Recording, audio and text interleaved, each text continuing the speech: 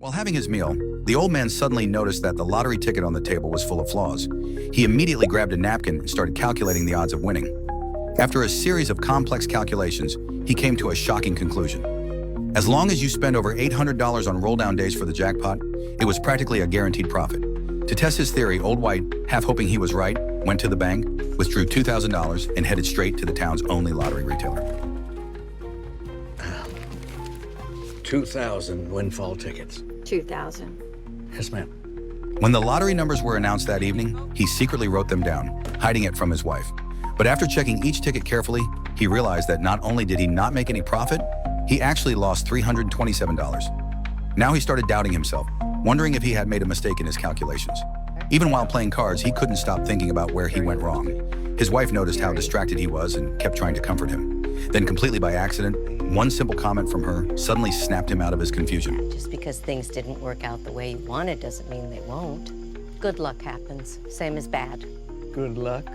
It happens same as bad. Yeah, just math. Yeah.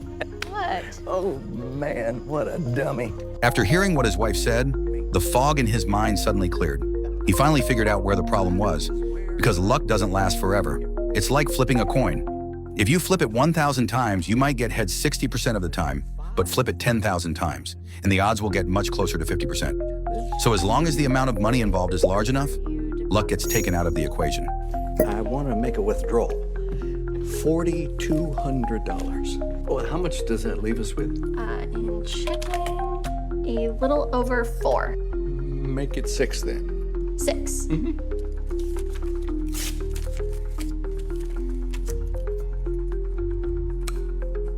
Eight? 8. 8,000. Are you sure? 98. 99. 8,000. Thank you, Mitch. There we go. Bye-bye. When the next lottery draw came around, the old man carefully checked the prize on each of his tickets. And just as he expected, he really hit the jackpot this time. The total winnings were double what he had invested. This insane return left him stunned. Now that he suddenly had over $10,000, he didn't dare tell his wife. So he hid the money inside a popcorn tin in the storage room. But secrets don't stay hidden forever. At a family gathering, his little granddaughter happened to dig up the popcorn tin. Oh. No, Lizzie. No. Let's not open that. Why? I want the popcorn. I know. This popcorn's very stale. I like stale. But this is full of sugar. It's no good for you. I saw you eat 7 Oreos. You want an Oreo? You ate them all, Pop. Okay. All right. Let me just have it for 1 minute. Pop will give it back to you, I promise. You trust Pop now, right? Let me just take 1 minute, and I'll be right out. He managed to move the money to another hiding spot, but his strange behavior didn't go unnoticed. His wife had already sensed something was off. Later that night, after all the kids had left, she confronted him directly. Something you want to tell me? What? The pantry? Afraid of his wife as always, the old man had no choice but to confess everything. I'm playing the lottery and I'm winning. I figured out the math and I won $15,000. It's stuffed inside the frosted mini-wheats box. Wow. He thought his wife would blow up after hearing the truth, but to his surprise, she actually scolded him. Not for hiding the money, but for not bringing her along on such an exciting adventure. I've waited 40 years for it to be just us, and so far we kind of suck at it. I want to have fun. Let's be a little stupid. Huh? We got married when we were 17, so we know how to do it. Oh, that's true. We need something for us. I didn't think it would be playing the lottery, but I'd rob a bank if it gave us something to talk about. Okay. $15,000. Yep.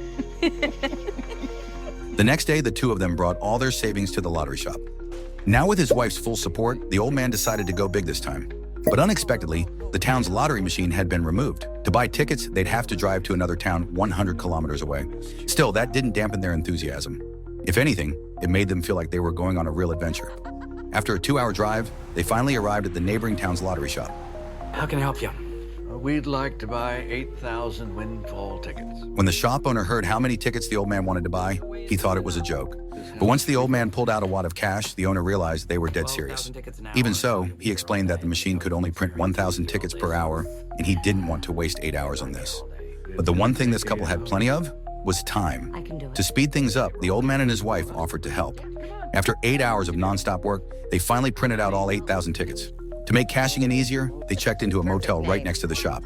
And after spending the whole night checking numbers, they were shocked to discover The last one is a 3-number winner. So we bet 16,000. Which means we made $21,043. I think we're gonna need more Oreos. the whole thing felt like a dream come true. On the drive back, the wife suddenly had a bold idea.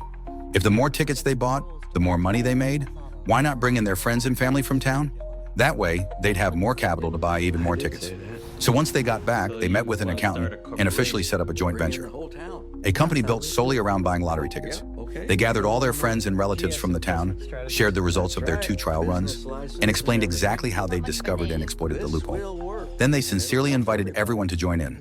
After they won, the profits would be split according to each person's share. I mean, who could resist a deal that guaranteed profit? Okay, look, you all have known me for years. This will work, and it'll help everybody. Everyone there chipped in whatever they could. If they didn't have cash, they contributed valuables to get a stake. For the company's first official buy-in, the old man placed an order. A whopping 40,000 lottery tickets. You guys drug dealers? No, we're professional lottery players. I don't think that's a thing. It is now.